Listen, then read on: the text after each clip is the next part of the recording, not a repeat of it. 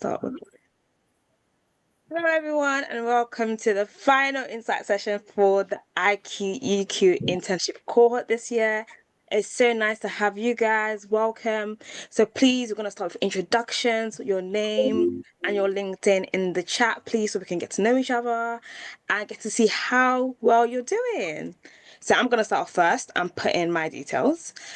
We have on the call with us Lisa, Pranav, and Adil, who are all interns, who were all interns, sorry, at IQEQ and are currently working at IQEQ. And Pranav, who was used to be an intern and used to work at IQEQ, but no longer is. So he has all the experience to give you guys. And we also have Farah, our career coach, in the building.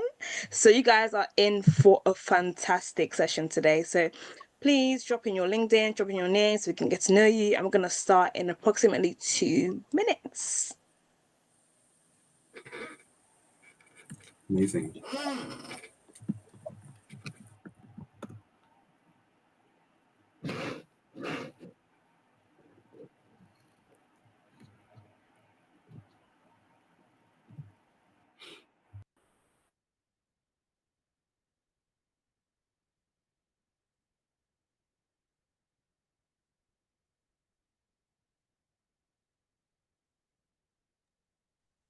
So are we shy? Where's the chat? Where's the LinkedIn? Where's the names, guys? Come on. Oh, thank you so much, Pranav. Thank you, Brittany. Thank you, Farah. Thank you, Caroline. Amazing. Thank you, Sinead. Thank you, Ayobami. Now, this is what I like to see, guys. Thank you. Thank you. Thank you so much. So, is that 2 minutes? Not 2 minutes, is it? What do you guys think? Should we start or should we give it more time for it to marinate? Early bird catches the worm. I think we should start, yeah. Okay, let's give it a head start because tonight is very much, and that's really, really good. So hi everyone. My name is Demilade. I am founder associate here at Beyond Education, and I'll be leading tonight's inter session here with Farah and the interns for the interview prep for IQQ. Thank you so much for taking your time this evening to come. We're so thrilled to have you guys, and it's going to be an insightful session. I have with me Lisa, Pranav, and Adil, who were interns through Beyond Education at IQQ and will be sharing their expertise and tips and tricks into interview sessions, about their interview sessions. So, can we start off with Adil, please? Hi guys, my name's Adil. I'm a compliance monitoring analyst. In my role in IQEQ, we monitor our appointed representatives. I also do that, and then in my team specifically, I also monitor the funds that we are AFIM to. So we're the fund manager, and also doing some investment management monitoring. It probably doesn't make a lot of sense, but hopefully when one of you guys join, or if you have any questions, we'll be able to answer it for you.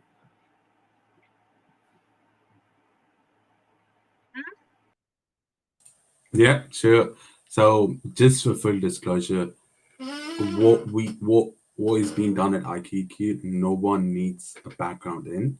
If it's an intern or a senior manager or an expert 7 years in the industry, all of them come without the specific expertise at IQQ, and then they're molded to what we do specifically, what IQQ does specifically.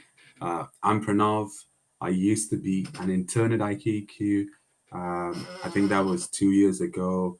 I then progressed to like an analyst and then also got promoted to an associate. And then I decided to leave to go in-house in an US asset manager. But I used to be in the advisory team at IQEQ, helping like 30 plus investment firms on all compliance matters in the UK, specifically like fundraising and marketing. And happy to be here. Thank you. And finally, Lisa. Hi everyone, my name is Lisa and I currently am a compliance consulting analyst at IQEQ. So we tend to do more client-based roles, having meetings with the clients, doing different health checks, which when you any of you join IQEQ, you'll learn what that means. And yeah, I did the internship last summer, and I came to IQEQ with absolutely no experience, and I'm still in the role now. Absolutely fantastic. So I think a question I wanted to put out to you guys first of all is what was the interview format like for you guys when you were interviewing to become an intern at IQQ? I can start. I don't mind starting. So before speaking with IQEQ, I had a phone call with Beyond Education, about a 10-minute call, just to my background, interests, what I'm doing at university, just a brief introduction of who I am. And then after that, I had a 1 hour about a few weeks later, I had an hour interview with HR and one of the managers, who's currently my manager specifically now. And the interview based, there was a section where you talk about yourself, your education, your background, extracurricular activities, and also there was a case study that we'd have to research beforehand information about a specific role within the finance industry that's occurring at the time.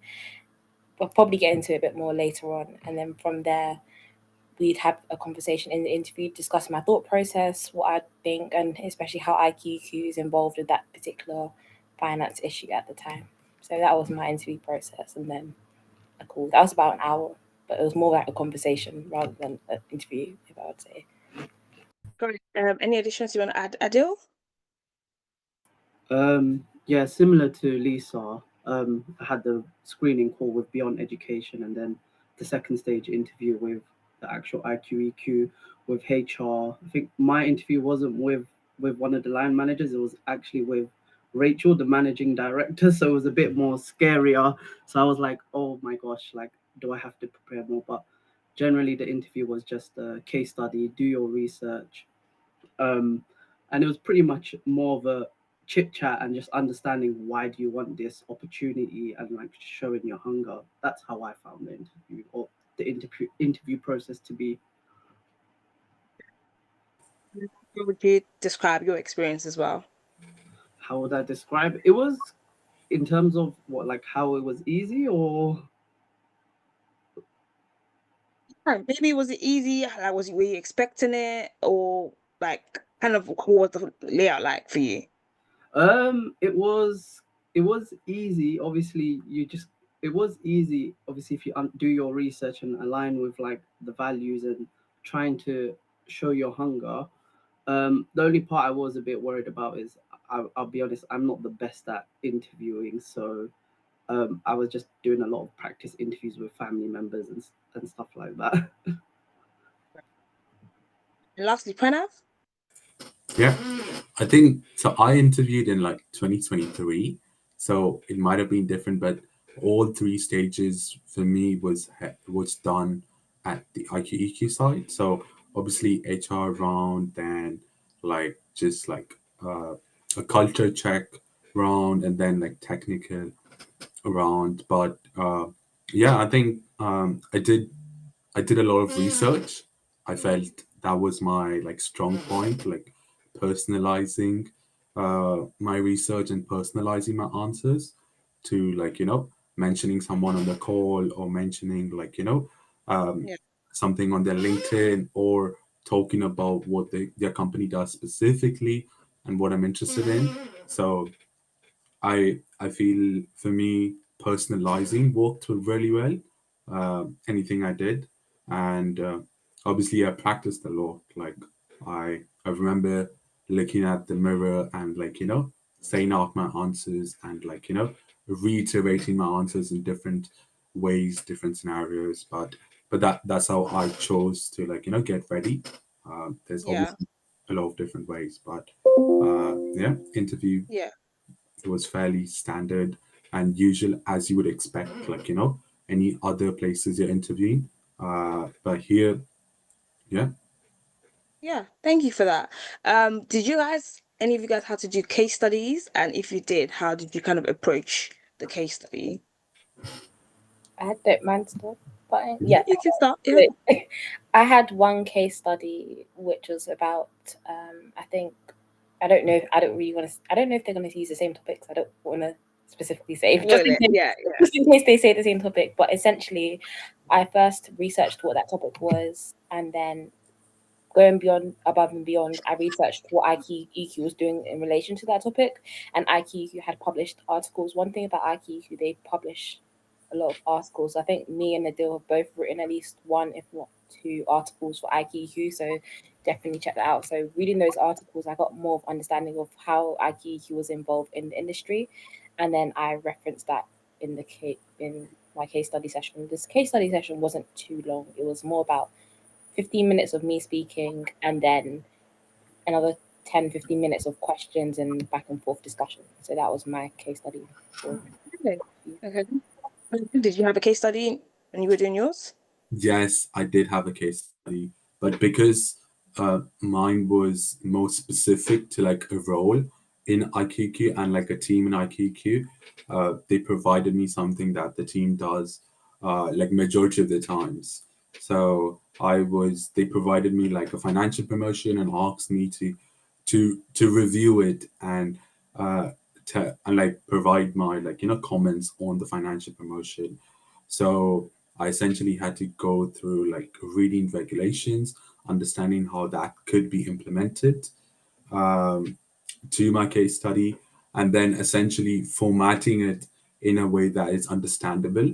So over there, I focused more on like ease of understanding for the a person interviewing me. So I didn't focus on complexity. I know my colleagues, they added their comments in the same document. What I did was I broke apart the document and like created like a four slide presentation so that I could go through it slowly and in a strategic manner. But yeah, that's how I stood out. I think yeah, focus on your strength, and if you find ways to stand out like that. It's really amazing. yeah. Yeah, going above and beyond. Adil, any case studies you did and how did you approach them? My case study was on, well, obviously, like Lisa, I don't know what the case studies will be on this time, but to be transparent, my case study was on the consumer duty. It's something big that the FCA is focusing on, and it's impacting a lot of firms within the financial services sector. To be honest, all sectors within the financial, retail, professional, etc. How I tackled it is looking at actual live case examples that the FCA were using, and then just using that for my case study. So I'd get a general knowledge of what the topic was, and then relating it to real life FCA examples to just show what the implications were. And within the case study, your interviewer may ask you questions of what do you think the implications are. So it'd be good to obviously learn those case studies that are published on the FCA. So it could be example fines, or there was a finding with this company, that company, something like that. Really, that is absolutely fantastic. If you have any questions, can you just put them in the chat, please? Okay. And we could get to them. Thank you so much. Next one for you guys. What were the key skills and behaviors that you think your hiring managers or people we were on the calls with were looking for in those calls, if you can remember? I can go. Oh, Do you want to go, Adil? You can go. I don't mind. To be honest, obviously now being part of the actual team now, I did ask like Rachel, who did my interview, or Harry, who did my interview as well, like what was the reason why I was selected. And to be honest, the question was just came down to hunger, the eagerness to learn. They don't expect you to know all the technicalities within the financial services sector. They want you to show that you're hungry to be here and hungry to learn, and that you want a career, for example, in the compliance space. That's how I tackled it. That's really good. Lisa? Similar to Adil, I spoke to Harry, which is my manager now, and asked him what made him and the HR person pick me. And then they essentially said that, again, like the hunger, the interest, actually showing that you're interested. And then also because of I was at university at the time and I hadn't really had like corporate experience, barring maybe one internship, but in a completely different section. I had a lot of customer service experience, and one key thing was the relatability of talking to different types of people, which is, I think, a skill that a lot of people probably in the call have gotten just based on being in university alone. So being able to speak to different types of clients and be relatable and show that you are like listening to what they say, understanding them, that set me apart from other people. So that's definitely something to take away. Okay. Lastly, Pranav. Yeah. So I agree with both Adil and Leo 100%. Outside that, I just did want to add that I think understanding the role is really important because some people think that having finance experience, like being like a trader or like doing some internship at an investment bank is helpful. But for this role, I think in a way it might act against you because this role isn't front office, isn't finance, it's in compliance and advising companies in relation to like governance and compliance queries. So understanding the role and why you you want to be there is really important. If you have front office skills, yes, it's always advantageous, but making it crystal clear, why you're choosing to be in this role as opposed to what your other, roles in your career would look like or your background would look like. That's amazing. That's amazing insights. Lastly, I wanted to ask all three of you, what would you say are some do's and some don'ts for a strong interview performance? Anyone can start off first, guys. I can go first. Do's research a lot. There's so much transparency on EQ's website, on their LinkedIn page, uh, on the FCA website about IQEQ, their regulated firms. Like research a lot, reach out to someone within the team or someone who you think has a similar kind of role. Like I remember one of the interns previously reached out to me before getting the job and then went on to interview and then successfully get the job. I'm not saying to reach out to me, reach out to other people on the team because I'm not part of IQQ. So it wouldn't help. But reaching out to other people, getting a unique insight from their perspective about the firm is always helpful. Uh, don't I think just don't use the same standard responses. So personalize all of your responses, have it written down already, because I think Beyond Education already gave some guidance on um, what kind of questions are going to be asked. So so write answers, responses, for it, and yeah, just prepare. Thank you so much, Pranav. Lisa? One thing I'd say to do an interview would definitely be, I don't know how to say it, put in terms, but try to find something relatable to the interviewee. So the person that's interviewing you, see if you can like just any, because I think you get the names beforehand. So one thing I did, I think I looked up who was interviewing me on LinkedIn just to get a grasp of their background, and then if I had something similar or have a similar interest or similar something like that, then I mentioned that just to break the ice essentially. So I think that's one key thing to do in an interview. Also, like Pranav said, do your research, not just about the company, but also the role specifically. I think is it investment compliance that they're looking they're interviewing for? I think if it's that, then definitely look at what it specifically that is, because it's a very niche part of finance. Not many people know what investment compliance is, so definitely get an understanding. Um, do not in the interview, don't read from a script. Like you can do your research, but it needs to sound like it's a conversation. It needs to sound like you know what you're talking about, even though you might be reading from something. Don't just look at a piece of paper and read through it, because they can definitely tell.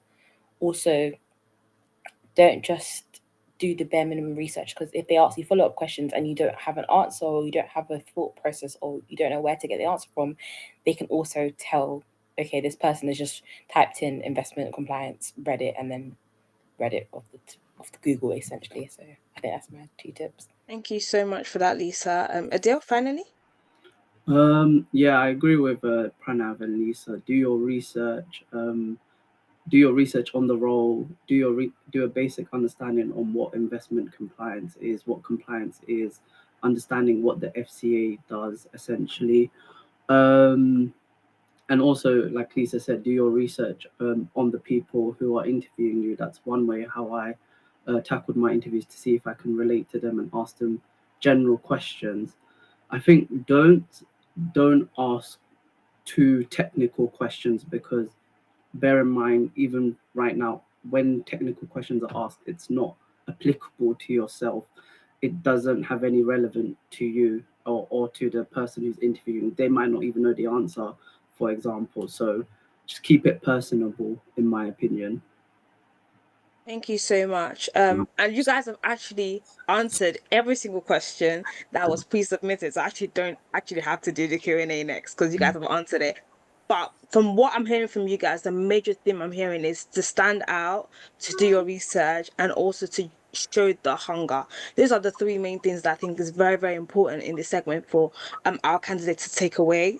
Be able to know that you know your stuff in and out, you know the role in and out. You're finding ways to stand out, like Pranav did. He didn't just type in the comments; he made an entire presentation. Like, you're commenting with that energy, and that in itself shows the hunger. The way you speak on the phone, the way you interact in the calls as well, showing that hunger. It's kind of what takes and elevates you up that notch. But thank you so much to Pranav, to Adil, and to Lisa for all Sorry. your tips. And Pranav?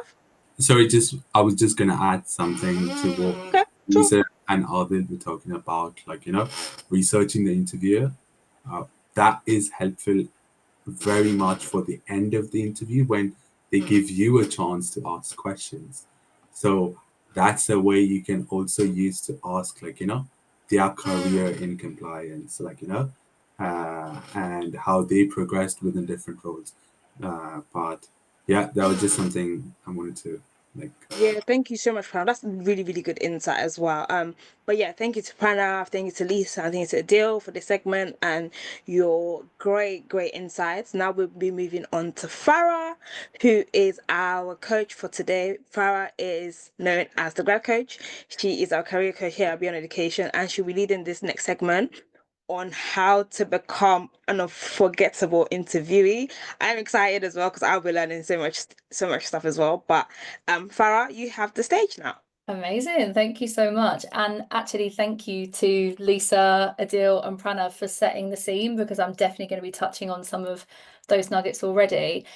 What I'm going to do, everyone, is I did this actually on Monday night. So I'm going to do like an express version of the masterclass. But if you are looking for the full version, don't worry, I can signpost it to you later. But yeah, hello, everyone. Lovely to see you again. I might have had you from the previous session, or maybe the other one that we did. Just to set the scene, I'm coming from 3 unique perspectives, actually, because I've been that grad that's been hustling, pitching myself for hidden jobs, going for grad schemes, and a whole lot of things in the middle. So that was me back in sort of 2016. I then quickly became a graduate employer myself. So I've been that hiring manager that has hired people, but also rejected, unfortunately, a lot of people. So I've hopefully not been so scary, but I have been that person at interviews and assessment centres, making real world decisions about who I want to hire and who I don't on that occasion. And then, of course, more recently, I've been a graduate careers coach, helping so many of you to break into so many different sectors. Here are some of the companies that some of my 170 clients have got into. And very excitingly, literally between Monday and today, we've had 3 new companies that I just haven't had a chance to add on here. So we've got EasyJet, Turner and Townsend, and Mott MacDonald. So at some point I need to just make a new slide, because it's getting a bit full on here. But yes, very excited to share more about IQEQ, because I do really feel like it's a special company. It's evident from the recruitment process that they are making this accessible, and it just could be an incredible place to start your career. So without further ado, we're going to be covering actually today the top 2. We won't have time for number 3, but maybe we'll if we have the Q&A, we can mop that up. But firstly, I want to talk about the psychological formula for being the one that they say yes to. What is it that makes other people be the ones that are notice and hide, and then other people, it's just a pleasant conversation, but you're not the one that's selected. So we're going to be unpacking that. And then secondly, we're going to go through the 6 main types of interview questions, the biggest mistakes average graduates stand to make, and what top 1% candidates are doing differently to really make their mark. So without further ado, because we've got a lot to cover, let's talk about this psychological formula. And for context, this is not just nice copywriting. I truly mean it when I say the psychological formula. I've seen this in action as a recipient of it, of somebody that's doing it myself, and coaching people in between. I firmly believe that you need these 2 things to be notice and hide and be the one that's selected. And it's really a cross between the emotional argument, i.e., why do they want to hire you? Do you give good vibes? Can they see working alongside you? Have you got great energy, the hunger, the eagerness that we've already started to speak to this evening? And really it is vibes. That's all I can say, just good vibes that you are bringing. But also we can't just rely on vibes. We need to have the logical argument. So this is, why should they hire you? Out of all other candidates, what is it about you that is going to make you the biggest return on their investment? And it doesn't have to be you being the finished article. I think in terms of IQ EQ, this actually looks like you being the best possible intern, you making the most of their training and development, you demonstrating that hunger that you've shown elsewhere, and therefore how you could then in the future be the best return on their investment. So emotional argument and logical argument, if we have that in equal measure, I almost guarantee you will be the one that is hired. I did speak about this last night, on Monday night, but I talk about the Harvard Business Review. It's actually meant to be 2005, by the way, folks, sorry about that. But if you have time, or if you watch the masterclass, you'll learn about this really interesting study that was done by Harvard, where they interviewed hundreds of Fortune 500 company employees and asked them, who would they rather work with? Would you rather work with someone who has high likability, but is not actually that good at their job, which they called the lovable fool, or someone who was very good at their job, but low on likability, which they called the competent jerk? And it's an interesting research. I will just spill the beans. 70% of people would rather work with the lovable fool, not the competent jerk, which I thought was quite interesting, especially in very corporate fields. People still believe this.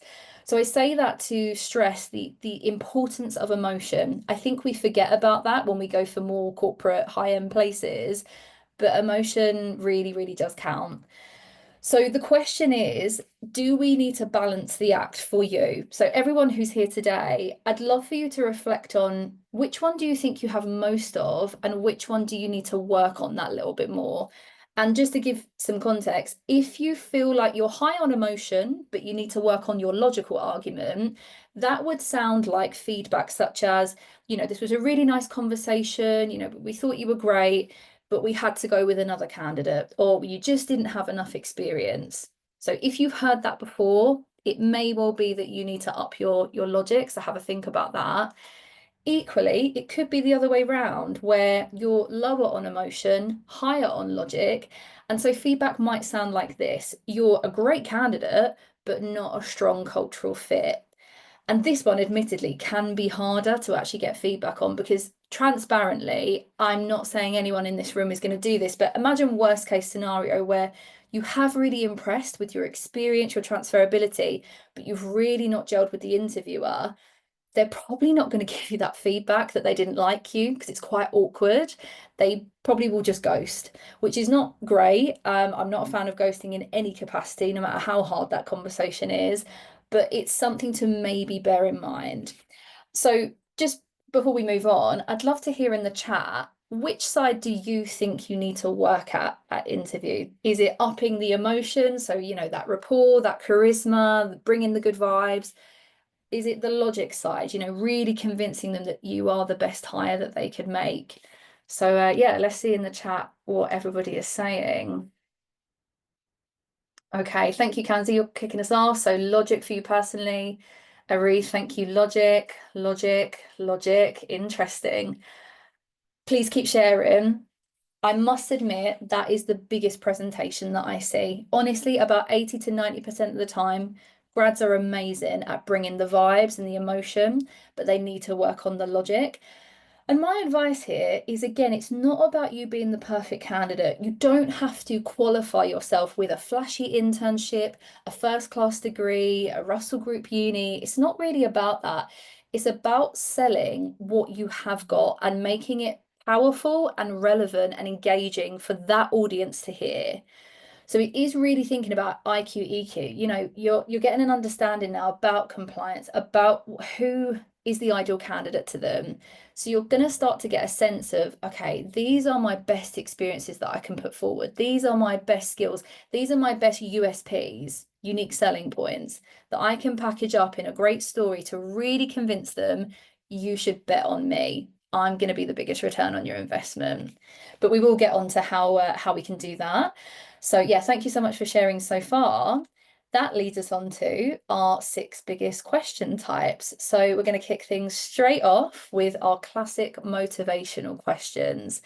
And what I'm going to do, by the way, is give them a little bit of a rating out of 5 in terms of, you know, how strong are they on the emotional side? How strong are they on the logical side?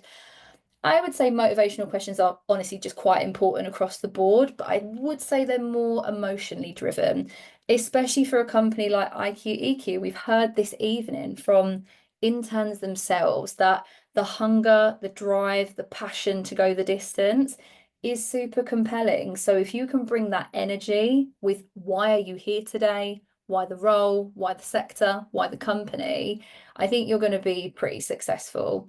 And just to explain, motivational questions, they typically come at the very beginning of an interview. So it's that first impression, the first few questions you're going to be asked. And then there's some likely shoots of where interviewers will go afterwards, which we'll come on to. But yeah, in terms of what to expect, you obviously had a pack already, but just a couple of things my side. Tell me about yourself or walk me through your CV. Why this role? Why this company? Why this sector? Even why you? Sometimes people ask you that point blank and it feels a little bit like, oh God, yeah, I'm gonna have to pitch myself here, but be prepared to answer that as well. It also can look like questions like, what do you know so far about us or about compliance? And therefore, why do you want to work here? So almost like a bit of a double question. And of course, some of the classics like, where do you see yourself in 5 years? And what are your strengths and weaknesses? I put them in the motivational category because they do typically happen at the beginning of an interview. So yeah, that's how I've sort of packaged it for today. And in terms of, firstly, the biggest mistake that I see the average graduate make, or just candidate, to be honest with you, it's actually not exclusive to grads, it is just candidates, is you are way too generic with your reasons. If I feel like, as the hirer or the interviewer, that you're essentially giving me a reason that you could give my competitor down the road, or really any company that's just willing to hire you for 25, 30, 35K as a salary, I'm not going to feel that unique and special. And I'd say picture it like a date a little bit. You know, when you're on a date, you need to make that person feel like they're the one you want to be on a date with, not just any old person. And it is the same to an extent with interviewing. So go that distance in your research to make it specific enough that they feel valued.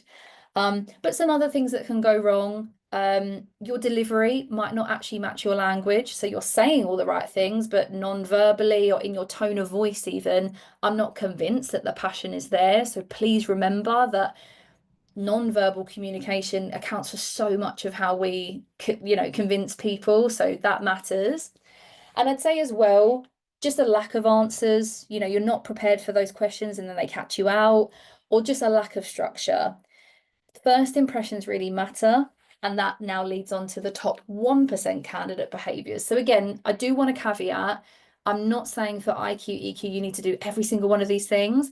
I just want to give you some options this evening, just to set the bar and give you inspiration. But I would say it falls into this sort of category of a few things. Firstly, top 1% candidates have a faultless delivery. They are rehearsed, they are polished, they are ready to go. And really, there's kind of no excuse, because these are questions that we can expect. We should always prepare for why the role, why the company, why the sector, I would say as well, in the case of IQ-EQ, like why compliance specifically. So there's kind of no excuse to not have your A game. So that would be my advice, get those right. I'd also say, like so many of, everyone has said so far, beyond the website reasons, anyone can read a basic mission statement and values, but not everyone will go the distance and network with staff members.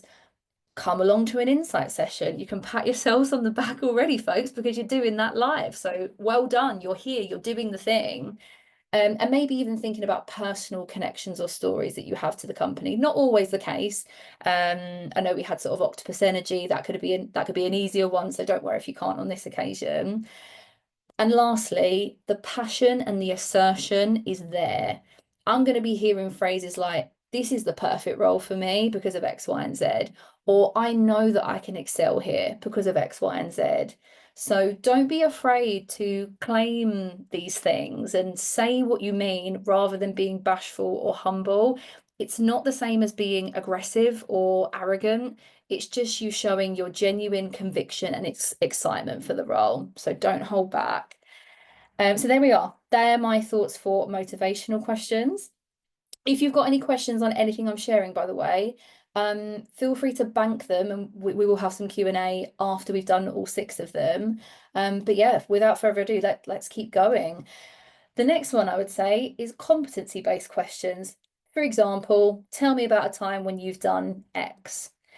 And I would say on the emotion and logic front, definitely still emotional. The way we tell compelling stories, the way we humanize ourselves or personalize the story, that can be really compelling. But I do think there's a lot of logic at play here. You can be really strategic and pick some great examples where they have the most transferability, the biggest results. And I don't even mean relevant results necessarily. It could be something from uni, something from sport, something from anything that just proves you're a results driver. And if you can achieve things over here, chances are you can achieve things over there where they want you to achieve things. So I think it's just picking your best, strongest examples. And yeah, generally, I imagine they're going to go motivational and then competency straight after. So we'll see, but that would be my prediction. In terms of how to know even what questions to prepare for, my advice is that I've just got a random spec here, but of course we do have IQ EQs as well.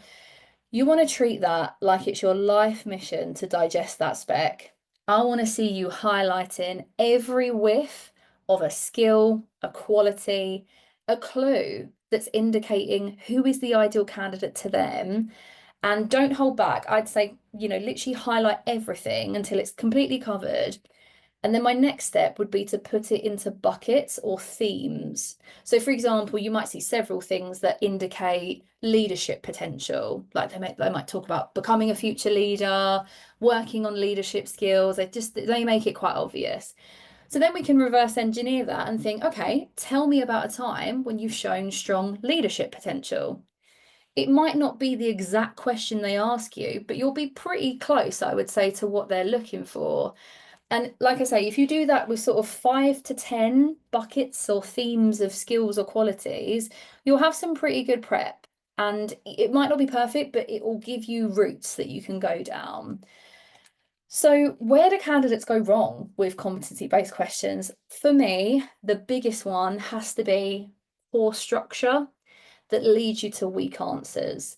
So I'm actually going to introduce in a second a structure that I firmly believe is superior to the STAR method. Everybody talks about STAR, but I think we can definitely one-up it if you're a top 1% candidate. But even if we just use STAR for a second, it allows us to tick off things in our storytelling and make sure we're not missing any key details.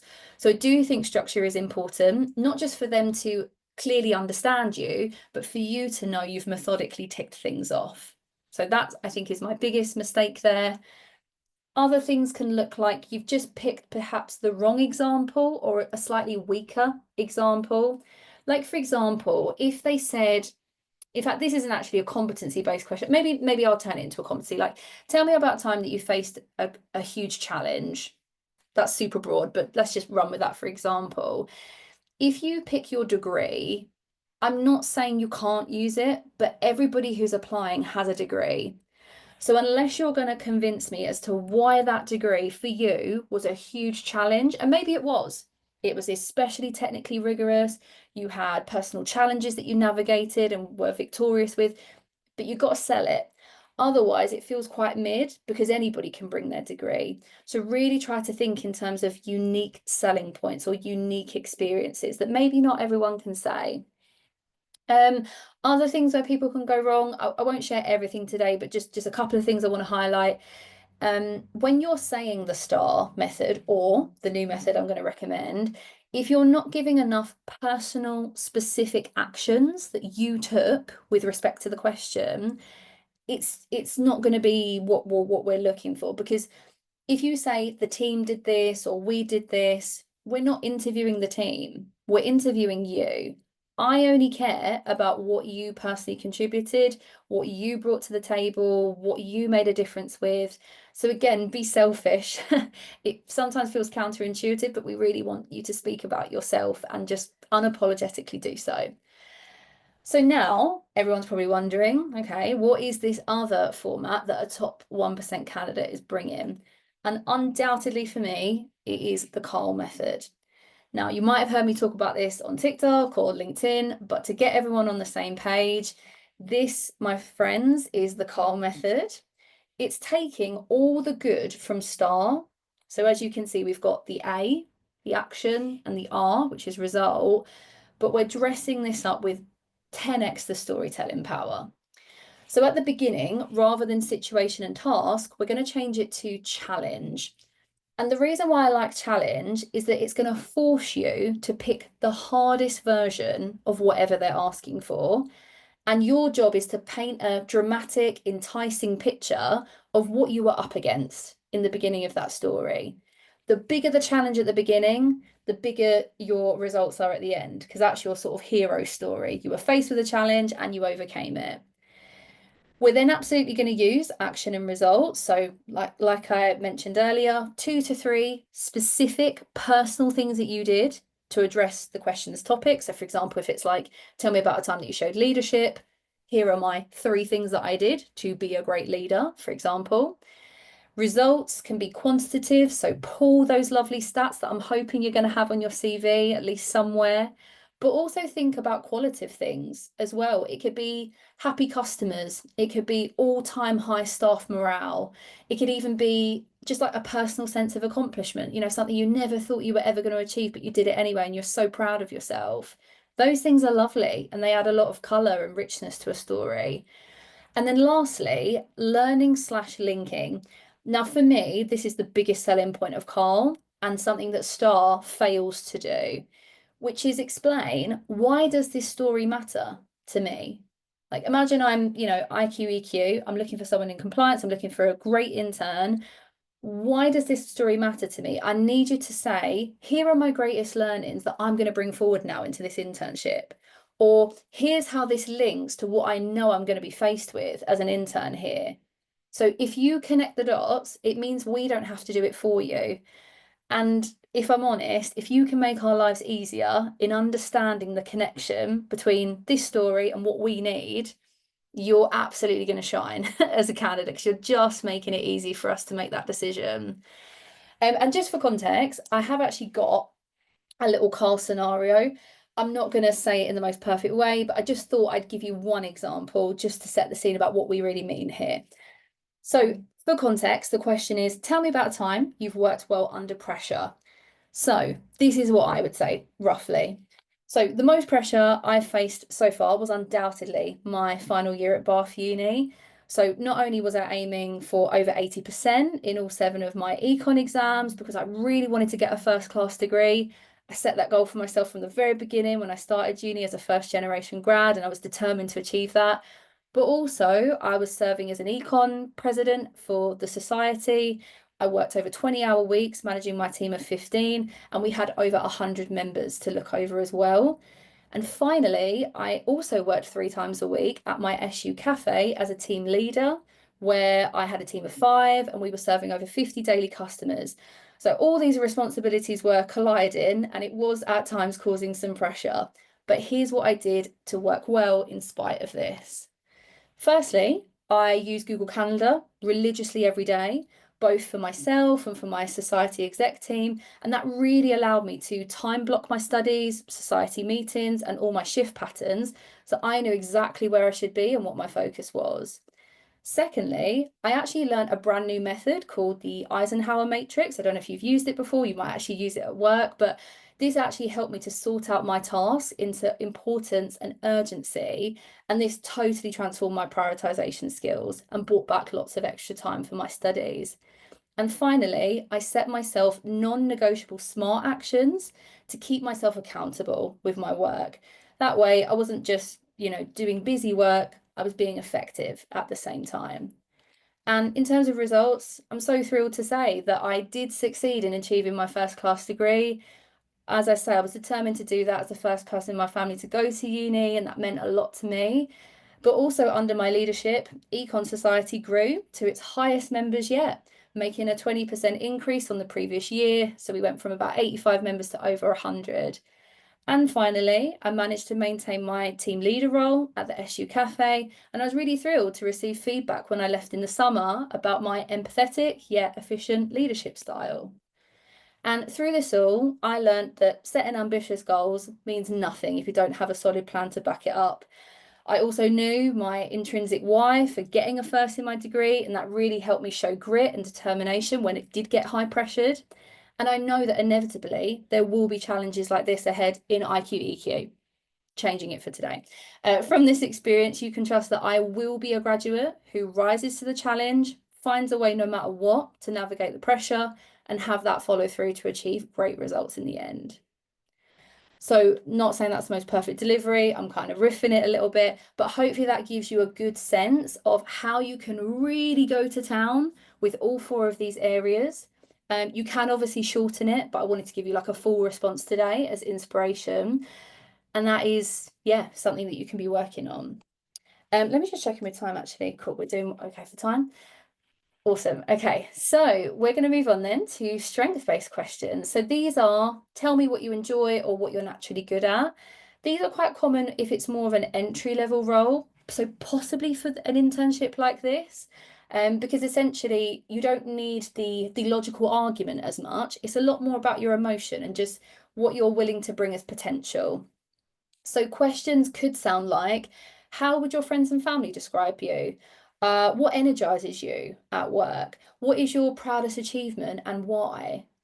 And my advice here, in terms of where candidates can go the most wrong, I would say it's the lack of self-awareness or the displayable self-awareness. And then that leads you to giving quite surface level or brief answers. I've had this literally with candidates where someone could give me a 20-second answer, someone could give me a 2-minute answer. So the onus is on you to sort of really unpack that and make the most of it so that I have more information to glean from you. And there are a few more things that I've mentioned. Let me just see if there's anything in particular. Yes, one thing I would definitely say is you want to avoid on the fence answers. It might sound diplomatic to say, oh, I actually like everything. And, there's nothing I don't enjoy at work. And, I'm a little bit of everything. We want you to be decisive so that we can actually get to know you a little bit better. So it's okay to say if you don't enjoy certain things. We just want you to be as honest yet professional as possible. So that leads on to, therefore, what are top 1% candidates doing instead? So I would say, number one, they are chronic oversharers in the best possible professional way. They're going to go all in and share juicy details about themselves. They're going to really just speak freely, because the more you can say, the more information we can assess about you. So be an oversharer in the best possible way. Secondly, if you can bring just a deeper level of self-awareness, and I'm just going to signpost you to a couple of psychometric tests that you can just Google and do for free. Honey and Mumford is a learning styles quiz. So there's 4 different categories that you can fall into. I'm a pragmatist, but you might be an activist, you might be a theorist. There's another one as well. There's also disc profiling, which again, I'm just a huge fan of. It's so insightful to understand a bit more about yourself. I'm a cross between dominant and influencer, I would say, but there's loads of categorizations. But if you can sort of bring, like from sort of getting to know myself better, I understand that I'm this type of personality, therefore this makes me really ideal, or this is why I really enjoy things. It just gives us that extra level of nuance of like, oh wow, you've really done your homework on yourself. This is impressive. And I would say as well, don't be afraid to weave in personal details about yourself, not just professional. For context, I've had clients where they've pulled on the fact that, they have a practicing religion that, really aligns to sort of the ethos of the company. Maybe their family background, maybe the fact that they're from, like, not originally from the UK, particular sports that they've really, specialized in for the last few years and have like maybe achieved a few great things from.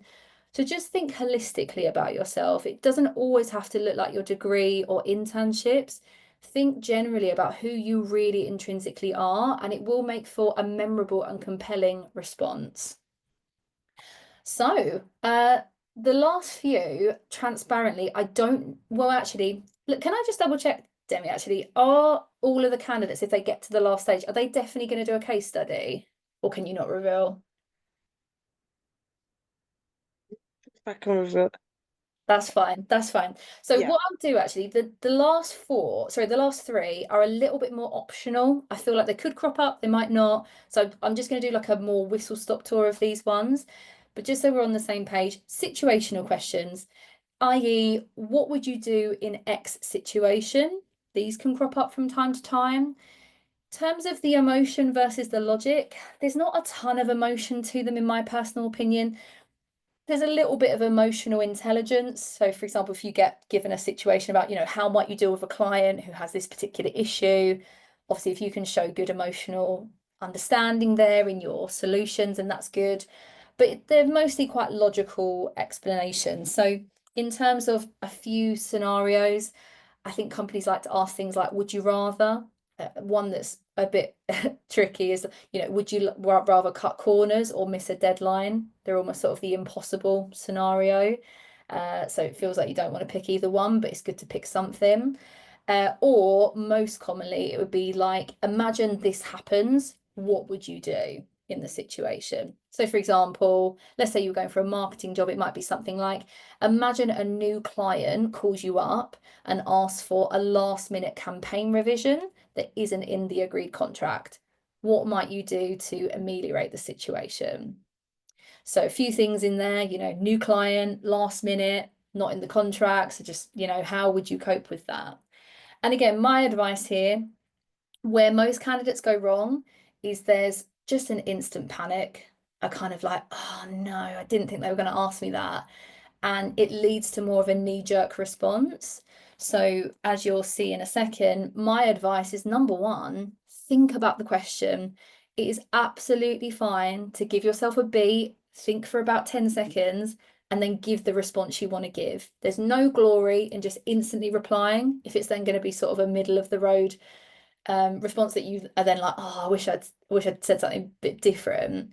So always take the time to think. The next step, I would say, is to try to sort of explain what you've understood about the scenario, almost the pain points of the scenario. So for example, I might say something like, well, firstly, I'm recognizing that you're talking about a new client here. So I'm guessing that we want them to have a good start, but equally we don't want to then get them off the wrong foot. You've also mentioned about, it being outside of the contract. So that puts us in a grey area and we're going to have to be careful about that. And of course, you've said it's a last minute revision. So that's stressful for them, but it's also going to be stressful for us as a team. So I think here's what I would do based on those issues.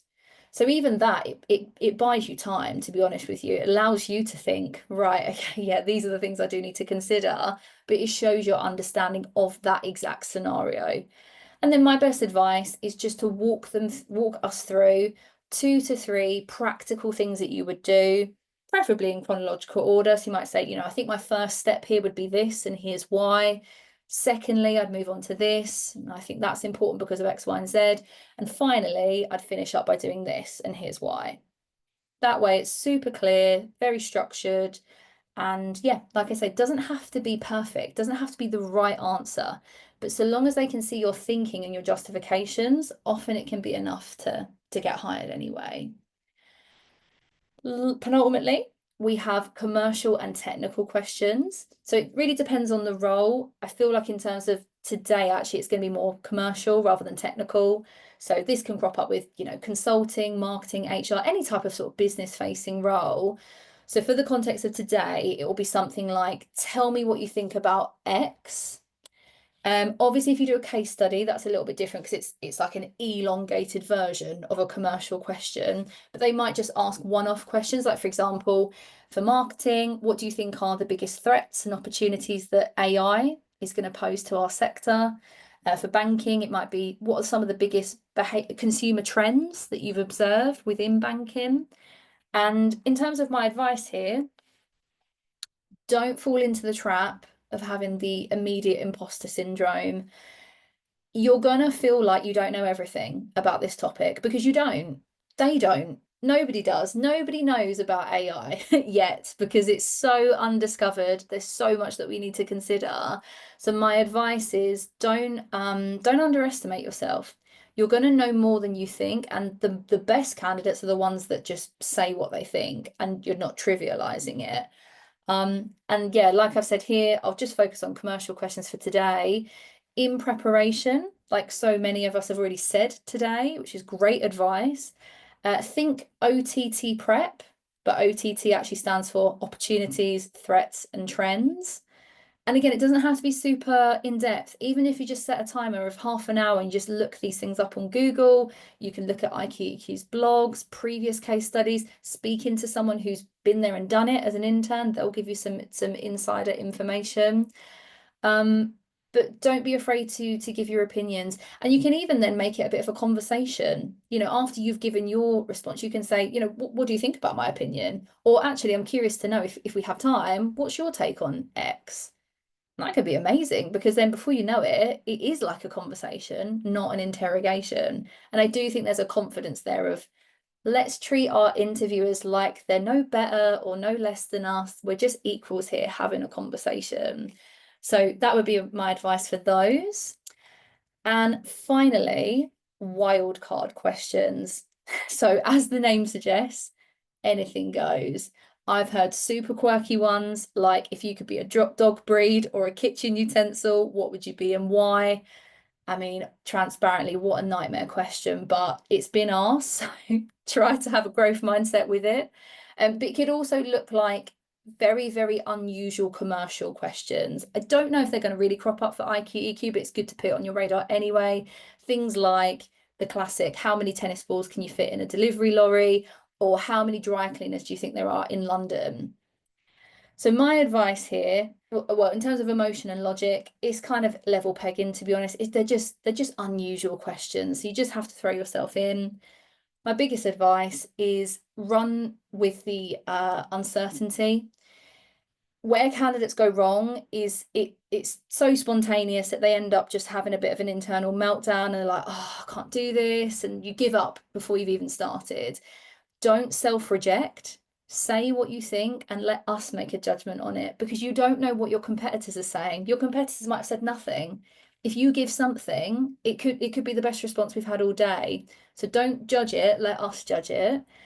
And again, top 1% candidates, they're gonna run with it. They're gonna see the fun, the humor, the sense of challenge in it and just go for it.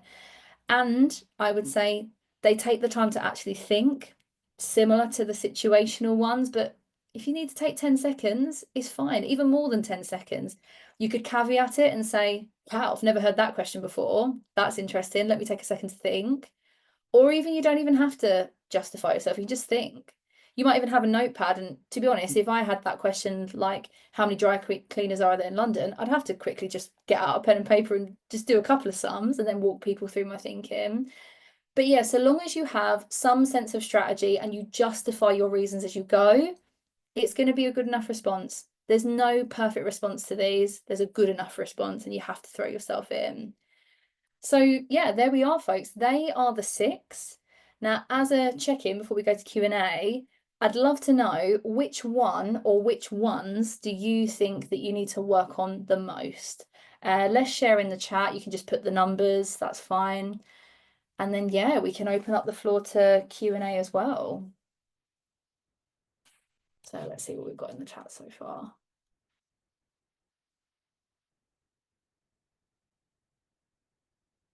Okay. So yeah, thank you so far, everyone. Bit of a mixed bag, actually. Some people saying strength, some situational, commercials cropped up a few times. Okay, seems like everyone's maybe okay with number one, which is cool. Because again, I do just want to stress for IQ, EQ, I feel like motivation is going to be pretty important to cement here. So if you're feeling good about, you know, Definitely. why me, why them? Yeah, so I'm really pleased everyone feels good about that. And there's nothing better than the beginning of an interview, just nailing those questions, because it builds momentum. It builds momentum in us when we're assessing. It builds momentum in you. You're like, oh, you know what? I've got this. I can do this. This is going to plan. You can still be hired if you have a shaky start and pull it back at the end. I've seen people do it, but it's always nice to start on a great foot. Yeah, and even in the chat as well, like this question that someone put in, what is the last thing on your to-do list? That is such a weird question to ask a candidate. So somebody, oh, what is the Yeah, they said they had a very interesting question on the previous interview, and the question was, what is the last thing on your to-do list? But that shocked them because they've never asked, someone else ever asked them that Yeah, before. that's definitely wild card material. I mean, Yeah. I would tick it because I've ticked everything off. Like, how funny. Yeah, that's definitely wild card material. And it's one of those where you're just going to get a gut feeling of what you need to say. Usually your gut feeling is the best one. So just take the time to think, but then don't overthink it. Just be Yeah. like, you know what? I haven't got any other ideas. I'm just gonna say this. But yeah, admittedly, Arif, that is a weird one. Let's open the floor then, folks. And actually, just sorry, one more thing I just want to say before we go into Q&A. I double checked with the team and they're very happy for me to share. What I have done, because from working with clients, the biggest question I hear or the biggest request is, but how would you say it? You know, what words can I use? And I see this a lot actually as a trend of people using chat and AI generally, of like, tell me how to write this email, tell me how I need to say it so that it comes off right. And I want to help you build confidence with that, because I get it. I can give you a lot of theory today, but you still have to put it into practice. And it's good to know and hear, what does a 1% candidate actually sound like? What is that Carl method in practice? What is that storytelling? So based on that demand, really excitingly, I've put together a pack. So this is my unforgettable interview pack. What it has is the full masterclass that I did on Monday night. So I've done a whistle stop tour tonight. I haven't done everything. So you get all the masterclass and the slides, but most importantly, you have 30 bonus videos where I personally unpack the toughest interview questions. Probably things like, tell me about yourself, what are your weaknesses, those kind of tricky ones, and so many more. And I've actually gone in for each of the videos and done a full explanation on my best advice on how to answer, how to structure, things to do, things to not do, and an actual response. So me role modeling it so that you can see and feel and hear, okay, yeah, I don't say it like that, or that's what assertive language sounds like, or that's what passion looks like. So hopefully that's going to just give you an extra perspective to really help you then unlock your best potential. I also have 20 smart questions you can ask your next interviewer. Like, I do want to mention, like the previous intern said, there is no sort of like one perfect answer. It does come from maybe researching your interviewer or just thinking in a more imaginative way. And I do cover that in the guide. It's not just 20 questions with no context. I really set the scene about why you should ask certain questions, FAQs, like all that kind of stuff. So hopefully that's going to be really helpful. And yeah, just to explain, I still have some left. It's not all the 20, but I'm just doing it for £20 at the moment. And also, and yeah, no, that's the main thing I wanted to say. So no pressure, but if you feel like you do want to sort of be curious and look into that, I'm happy to give the link in the chat in the second. Actually, no, it is just 1 second. Yeah, you can actually just use the QR code. It's this one on the left here if you want to just check that out. But Otherwise, let's have a look in the chat and just see Yes, what other we do questions. have a question in the chat. Amazing. Links to the final tip you just mentioned is how many questions should we ask at the end of the interview? Is 5 Okay. too many? Yeah. I would say 2 to 3 is pretty good. My advice, which I talk about in the guide, is you don't just want to ask a question, listen to the answer, and then move on. It's a way to build a conversation. So actively listen to what they've said and then be like, oh, oh, that's fascinating to hear, or oh, that's made me think about this. Use it as a conversation starter. There's nothing worse than you hear a smart question, I give a really passionate answer, and then I just get a brick wall. It's like, cool, next question then. So probably if you're doing that, you won't have time for 5. You might not even have time for all 3, but I'd say 2 to 3 is good. Arif, you're saying on that same note, what would you say are the best questions to ask your interviewer? I'd say it's in the guide. There's no one perfect question, but there are definite things that you can do. I mean, in terms of the guide, I walk through questions that you can ask your interviewer, questions you can ask about your development, questions you can ask about getting results for the company, and about the role. So there are some categories that are just sort of tried and tested. But equally, I want you to be curious. I want you to go with your instincts here. I love what Lisa said earlier about, I think it was Lisa, I think you did say about the researching your interviewer. Very, very smart. The amount of times I've done that. For context, funny little story. I think I might have said briefly in another one, but it was in a different context. I once had an interview for something that I'd never really should have had an interview for. I was about 20 years younger than the average candidate, which I then found out. It was for like an associate coaching role, at like sort of a leadership school. And I researched the interviewer so much that she had a published memoir, and I read her whole memoir in about a couple of hours, and I literally used her philosophy of life, not against her, that sounds a bit manipulative, but just I used it in my favor, and it absolutely worked. I then had someone that worked alongside her, and then I got the intel, and she was actually like, yeah, that was a very, very good interview. I've never had an interview responses like that. So it can pay off to do the research. Not everyone has a memoir that's published, unfortunately, but there we are. Hey, Another question, yeah. from Daniel, I can read it out. What do you think about having a conversation with the interviewer at the start of the interview in comparison to at the end of the interview? Yeah. Yeah, great question. So obviously, in terms of you asking those sort of more formalized questions, that is going to really have to happen at the end. You don't want to sort of force that at the beginning, but there's going to be the preamble at the beginning. So, hey, how are you? It's lovely to meet you. Did you have to travel far today? Are you based in London? What do you think of our offices? So many things. Please be the candidate. Again, this is top 1% behaviors that receives that and reciprocates it. There's nothing worse than me trying to be super bubbly and make it clear that I'm here to welcome you, I want to get to know you, I want to settle you in, and then I just get a brick wall back. So just be like, oh, thank you so much for asking. Yeah, commute was absolutely fine. What about yourself? Are you based in London, or do you commute? Just return the favor. That can be a lovely way to break the ice. And just take people at their word. Like if they actually want to ask how your weekend was, so long as you don't say anything unprofessional, just keep it professional. But yeah, be fun, like be personable. That's what people, at the end of the day, we want to enjoy the interview as much as you do. So if we're giving clues to suggest that, just run with it, and it will be a great conversation. I just wanted to chip in as well. I think Yeah. as much as the interview as much as the interview is for them to get to know you, it's also for you to get to know them and the company as well. It's just to give you an insight into when I was applying for jobs last year, I got into my interview, and obviously the hey, hi, welcomes, introductions, bang on straight talked about a recent post I saw on LinkedIn about a recent achievement they made as a team. And that in itself was a whole conversation as to kind of how I know that I can be in an environment where things like this can happen.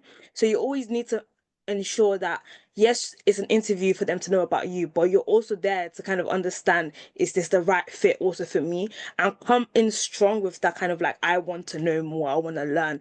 That hunger in that kind of interaction as well can also show off and also make you stand out in that sense as well. I completely echo this, and that's actually a great way to overcome nerves because you are picking the company just as much as they're picking you. It is a two-way street. You are equals in this partnership. So just knowing that, you know, they have to impress you on the day as well. And yeah, you know, I've had this where clients have worked really hard on an interview and they've walked away just being like, wow, that interview actually really didn't care. I'm not bought into this anymore. And then they've rejected an offer. So it can happen. I don't think it will happen with IQ EQ. They seem fabulous. But yes, Yeah. you always have power and you always have a choice. Another question is, what is the most creative action that you've seen an interviewee do to stand out? Oh, That's a really good great one. question. I want to pick something that's going to be relevant to IQ, EQ, like what Pranav said actually about the level of research. That's very cool. I had a client recently who went for a innovation consultant role at a non-profit, and she just did she was so keen to work for them. So I'm not saying do this with every single company, but the ones that you're so passionate about, she did a full almost like marketing campaign pack, and it was amazing. She did the QR code, she did little mock-ups of what it might look like on their socials, and undoubtedly she got an interview. So yeah, from that perspective, I think there's little hacks. Like if it's an in-person interview, you can always just wear a jazzy tie. And it's a conversation starter. It's a way to be memorable. I'm not saying have like a rotating bow tie or anything like that, but just something that will differentiate you. And it's a conversation starter. It's something to keep you memorable. But be creative. I've had people where they looked up the interviewer. This is so funny. They looked up the interviewer and they knew that the person was really interested in yoga. So when they did the virtual interview, they put a yoga mat just within sight. And then the person was like, "Oh, do you do yoga?" And she was like, "Yeah, I love it. What about you?" And just like used it to build rapport. She was actually into yoga herself. She didn't completely fake it. But yeah, just I'm a bit of a fan of play that game a little bit, and Yeah. yeah, as long as you're genuine with what you represent yourself to be, I think play Exactly. those games. And another thing I'm hearing from you as well, Farah, in this moment, it's something Lisa also mentioned at the start is, yes, you're doing this interview, but use it to your advantage. Like, don't just research and don't do anything with it. Like, he researched enough to know that, okay, we have this connection or something in common, such as yoga.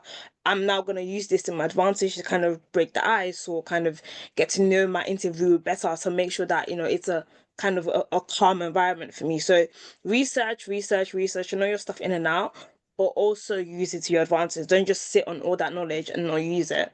100%. We will never know the research you've done unless you signpost it to us. I'm a big fan. Like if you get the pack, you'll see me role model list. But I always, you know, signpost like, you know, oh, I actually, you know, I follow your CEO on LinkedIn, and I actually saw this post last week that was really interesting to read.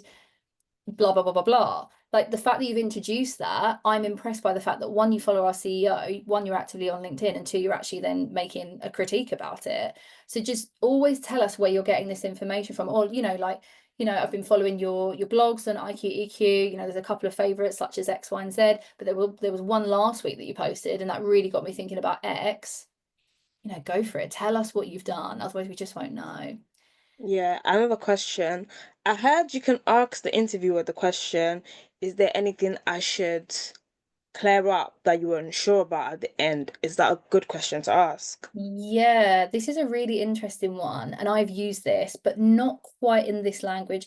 My advice is you don't have a negative connotation. There's a slight negative there of the implication that you haven't been clear. How would I phrase it? You don't want to say like, are there any concerns that you have about me that I can take the time to clarify? Because again, that's just inherently negative. I've asked a couple of questions before. One is actually, how has this conversation gone today? I asked that to the CEO, and she was like, "Wow, no one's actually ever asked me that before, but seeing as you've done, let me tell you, I like you, I like X, Y, and Z. I've got a question mark over your experience, but you know, possibly we can look past that." And then I use it as an opportunity to sell myself one final time. But yes, in terms of this question, you could say like, are there any final questions that you have about me that I can take this final opportunity to clarify for you or just share more about? Or is there anything you haven't heard from me today yet that I can take a final opportunity to address? Because questions is more neutral rather than concerns or like lack of clarity. So yeah, test it out. You know, I think again, IQ EQ seems like a company where you can take a little bit of a risk. You know, if you're curious to ask it, go with it, and you're never going to be rejected because of it's going to have to be an awful question, like a super unprofessional one. Like they'll just forget about it, to be honest with you. So if you're curious, I think ask it. Yeah, Um, Pranav said in the chat that you could say, is there anything further you'd like me to expand on, which I might not have touched on during my interview, which I think is kind of a nice segue. It's like you're understanding, okay, I might not have expanded on it. Is there anything they want specifically want to know more about? So that would yeah, also tailor you into kind of like, what are they thinking about? How can I sell myself a bit more in that yeah, moment? yeah, 100%. Yeah, I like that phrasing. Thank you so much, Pranav. Another question, how do you approach a situation where the interviewer displays little time for the interview by saying this is going to be a short interview and I have a few minutes with you. How do the interviewee ensure this doesn't come as interview pressure? Oh, Yeah, it can be a few things. I wonder if you were curious whether that was a red flag of, oh, are they not then bought into it? Sometimes it can mean that. Sometimes it's just being objective and they've not been clear at the beginning that they only have 10 minutes and now they're saying it live. I think I'd be inclined to not shorten your answers, to be honest with you. I think the onus is on them to ask you fewer questions, but I don't think that's the same as you shortening your answers. What you don't want to do is shorten it and then we lose everything we've spoken about this evening. We need Carl or Star. We need the nuance. We need the multiple reasons. So I think don't let it affect you. The pressure's on them to be more efficient with their questioning. But try to look totally unfazed of like, yep, no problem. Like we can keep it briefer. But I think don't overly change what you're doing, to be totally frank. that's really good. How do you stand out in a group interview? What do the top 1% in these types of what do the top I'm guessing they're asking what to do as a top 1% in this type of interview. Yeah, is that genuinely a group interview or is that like an assessment center where it's a group task? That if you could just quickly clarify that because I'll have different things based on that. Assessment center, she Assessment said. center, so like group task. Yeah, cool. I don't think we really have group interviews. I did one years ago, but yeah, we sort of mean more group task. There's a lot. I can actually we'll do a follow-up email, right, Demi? Yeah. Yeah, I've got a carousel on LinkedIn where I go through 10 different roles that you can take up in an assessment center that showcases leadership. I think that will answer your question quite well. Essentially, it's a difficult one. I see this on TikTok, which is quite fair, that the jig is up a little bit with ACs. Everybody kind of knows, like, ask the quiet person, like, oh, how are you getting on? Or I'll Yeah. be the timekeeper. But yeah, obviously there is a reality to that, but there's a lot more roles that you can take up rather than just those two things. So yeah, if you want to learn more, I'll link Demi and everyone to the carousel and have a good look into that. Definitely. And we'll share that right after this session. Cool. One last question. How do you combat imposter syndrome even when you think you have prepared enough for an interview or assessment center? Which I think is really, really good for someone like going into an interview, like all the nerves, all this knowledge, all this research. How do you kind of zone in and make sure you're Mhm. actually sane enough to deliver on your potential? Yes, yes. There's a couple of things that immediately come to mind, and this is assuming, by the way, that your imposter syndrome is purely internal. So you have actually done the prep. Obviously, Yeah. there is a reality of you could actually feel like a little bit of imposter if you've done no prep or you've gone for a role that's significantly above where you are right now. And obviously that's understandable why you'd be nervous. So really try to outwork your imposter syndrome. Prep, and you won't actually feel that worried.